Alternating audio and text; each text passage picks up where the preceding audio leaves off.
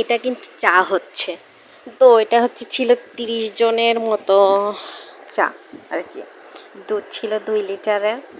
তো আমরা এই যে সব গ্লাস ট্লাস করছি, এটা আছে আমরা ঈদের সময় সব শ্বশুরবাড়ির সবাই একসাথে হয়েছিলাম, ননদ তারপর ভাগ্নে ভাগ্নি, অনেক মজা হয়েছিল। তো আমরা ভাবলাম যে আমরা চা পার্টি করব। তো আমরা এভাবে আর কি, আমি আর কি স্পন্সর করেছিলাম চাটা। আমরা ঈদে, এইবার ঈদে অনেক মজা হয়েছিল, সবাই সবাই একটা একটা জিনিস স্পন্সর করেছিল। তো চা বানানো হলো, তো মিম পরিবেশন করছে, সবাইকে সমান ভাগে চা দিয়েছে। চার সাথে আবার চিপস ছিল, চিপস ভাজা হচ্ছে, চা হচ্ছে, বৃষ্টি ছিল।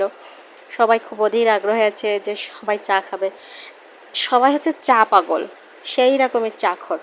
তো বলছি যে কে কত চা খেয়ে পড়ো, আজকে হচ্ছে চা খাওয়া হবে। তো সেইভাবে চা খাওয়া হচ্ছে, মিম পরিবেশন করছে। তো এই ভিডিওটা যখন দেখছি সেই দিনগুলো আর কি মনে পড়ছে, খুব মিস করছে আর কি।